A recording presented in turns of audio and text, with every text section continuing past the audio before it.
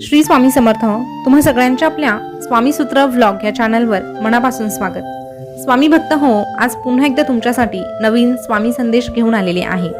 आजचा स्वामी संदेश देखील तुम्हाला अतिशय प्रेरणा देऊन जाणारा आहे आणि तुमच्या डोक्यात अजूनही जर नकारात्मकच विचार येत असतील तर आत्ताच सावध व्हा.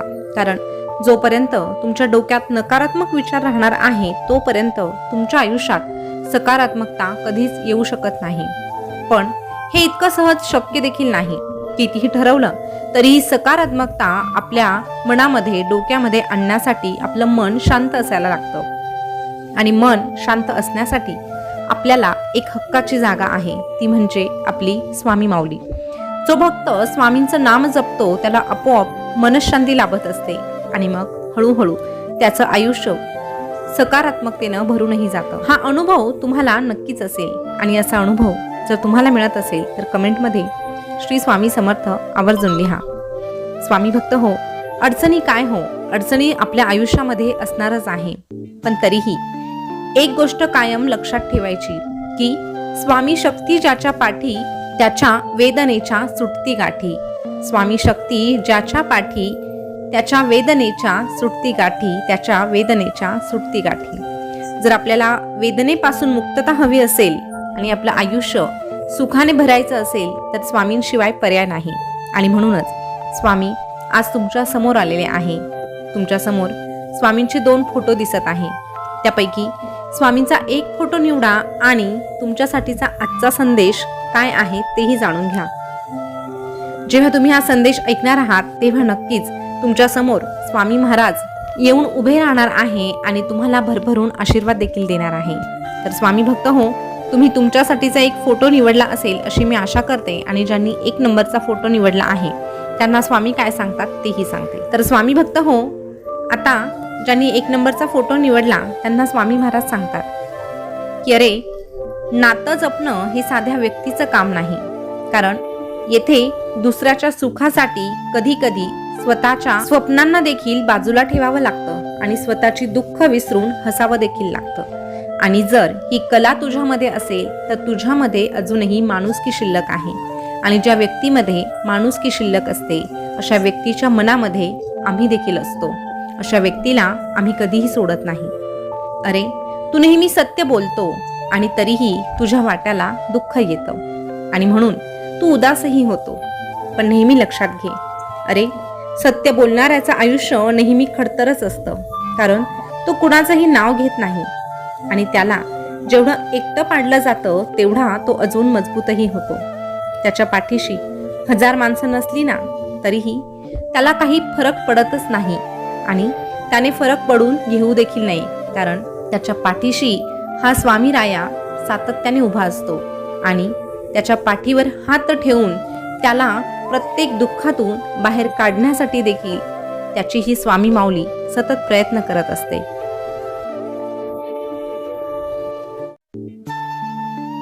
फक्त भक्ताने आमच्यावर ठेवलेला विश्वास मात्र कधीही कमी पडता कामा नये. अरे, चांगल्या मनुष्याची पहिली आणि शेवटची ओळख हीच असते की तो अशाही लोकांचा सन्मान करतो की ज्यांच्याकडून त्याला काहीही मिळण्याची आशा नसते. आणि जेव्हा अशी व्यक्ती आमचा भक्त म्हणून ओळखली जाते ना तेव्हा अशा भक्ताला आम्ही कधीच अंतर देत नाही. अशा भक्ताचा हात आम्ही हातात घेतो, घट्ट पकडतो आणि त्याला सांगतो, अरे भिवू नकोस, मी तुझ्या पाठीशी आहे. भिवू नकोस, मी सदैव तुझ्या पाठीशी आहे. स्वामी भक्त हो, आता ज्यांनी 2 नंबरचा फोटो निवडला त्यांना स्वामी महाराज काय सांगतात जाणून घेऊया. तर स्वामी महाराज अशा प्रत्येक भक्ताला सांगतात की अरे, वाईट दिवस येतात जेव्हा काहीच करायची इच्छा होत नाही. पूर्ण दिवस तुझा तणावात जातो आणि सगळेच प्रश्न एकाच वेळी तुझ्या समोर येऊन उभे राहतात ना, तेव्हा तुला असा प्रश्न पडतो की सगळं काही वाईट माझ्याबरोबरच का घडतं. आणि मग तुझं मन खूप चिडचिड करू लागतं. तुला प्रचंड रागही येतो आणि नकळत तो राग तुझ्या जवळच्या माणसांवरही निघतो आणि या रागापुढे तू आम्हालाही सोडत नाही. आमचाही रागराग करतो, आमच्यावरही बोट उचलतो, आम्हालाही प्रश्न विचारतो की स्वामी, तुमची सेवा करूनही माझ्या वाट्याला इतकं दुःख का? पण अरे, लक्षात घे, जेव्हा तुझ्या वाट्याला अशी संकट येतात तेव्हा तो तुझ्या परीक्षेचा काळ असतो आणि तुझ्या परीक्षेच्या काळामध्ये देखील आम्ही तुला सहाय्य करत असतो. फक्त आम्ही शांतपणे ऐकून घेत आहोत आणि तू अशा परिस्थितीत कसा वागत आहे, तुझा विश्वास कुठपर्यंत टिकून राहत आहे हेच आम्ही पाहत असतो. आणि एकदा की तू ह्या परीक्षेत उत्तीर्ण झाला की आपोआप तू आमच्या जवळ येतो आणि तुझे आणि आमचे ऋणानुबंध पुन्हा नव्याने फुलू लागतात आणि मग आपल्या दोघांमध्ये कुणीही आडवं येऊ शकत नाही. फक्त तोपर्यंत मात्र तुला संयम ठेवावा लागेल आणि तुझं हे सुंदर आयुष्य तुला हसत मुखाने जगावं लागेल. अरे, तुझ्या सोबत जरी कोणी नसलं ना तरीही तुला आधार देण्यासाठी तुझी ही स्वामी माऊली सदैव तुझ्या सोबत आहे. काही दिवस कठीण असतात, पण म्हणून तुझं संपूर्ण आयुष्य कठीण आहे, संपूर्ण आयुष्य वाईट आहे असं कधीही तुझ्या मनात आणू नको.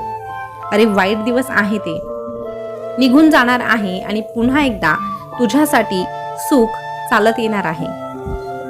पण तोपर्यंत मात्र तुझा विश्वास डगमगू देऊ नकोस. तू स्वतःला सावरत राहा. अरे, जे बदलणं शक्य आहे ना ते जरूर बदलण्याचा प्रयत्न कर. जे बदलणं शक्य नाही त्याला कधीतरी स्वीकारण्याचा प्रयत्न कर.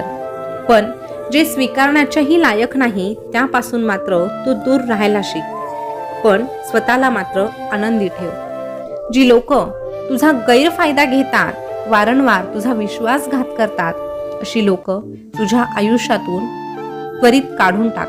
कारण जोपर्यंत अशी लोक तुझ्या आजूबाजूला असणार आहे तोपर्यंत तुझी प्रगती होणं अशक्य आहे. नेहमी तू लोकांची मनं जपण्याचा प्रयत्न करतो.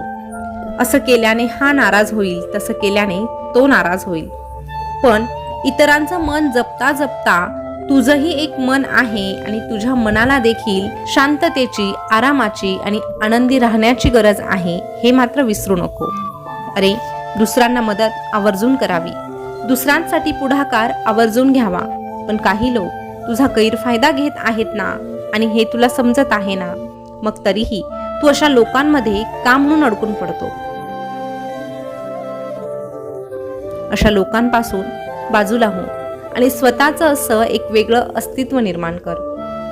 जेव्हा तू सत्याच्या मार्गावर चालतो, जेव्हा तू खरा असतो आणि प्रामाणिकपणाने प्रत्येक परिस्थितीला सामोरं जात असतो, तेव्हा हे जग जरी तुझ्या सोबत नसलं तरीही तुझी ही स्वामी माऊली तुझ्या सोबत असते.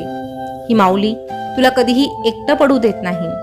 अरे, अंधारात तुला असं वाटतं की तुझ्या सोबत कोणी नाही, पण एक गोष्ट लक्षात घे, आम्ही ज्या भक्ताची निवड करतो त्या भक्ताला आम्ही काळोखातही एकटं सोडत नाही. त्याचा हात हातात घेऊन चालत असतो आणि वेळ पडली तर त्याला कडेवरही आम्हीच उचलून घेत असतो. आणि अशा भक्ताला आम्ही सदैव एकच सांगत असतो की अरे, भिवू नकोस, मी तुझ्या पाठीशी आहे. भिवू नकोस, मी सदैव तुझ्या पाठीशी आहे. स्वामी भक्त हो, आजचा स्वामी संदेश तुम्ही ऐकला असेल तर तुम्ही कोणता फोटो निवडला होता हे कमेंट करून नक्की कळवा आणि तुमच्यासाठीचा संदेश कसा वाटला हे देखील कळवा. असेच नवीन स्वामी संदेश ऐकण्यासाठी आपल्या स्वामी सूत्र ब्लॉग या चॅनलला सबस्क्राईब करा आणि शेजारचं बेल बटन देखील प्रेस करून ठेवा, जेणेकरून प्रत्येक नवीन स्वामी संदेश तुमच्यापर्यंत लवकर पोहोचेल. आणि प्रत्येक स्वामी संदेश जेव्हा तुमच्यापर्यंत पोहोचेल तेव्हा आपोआप त्या संदेशासोबत स्वामींचा आशीर्वादही तुम्हाला प्राप्त होईल. तर चला मग पुन्हा भेटूया नवीन स्वामी संदेश घेऊन. तोपर्यंत स्वस्थ रहा, मस्त रहा आणि आपले स्वामी संदेश ऐकत रहा. धन्यवाद.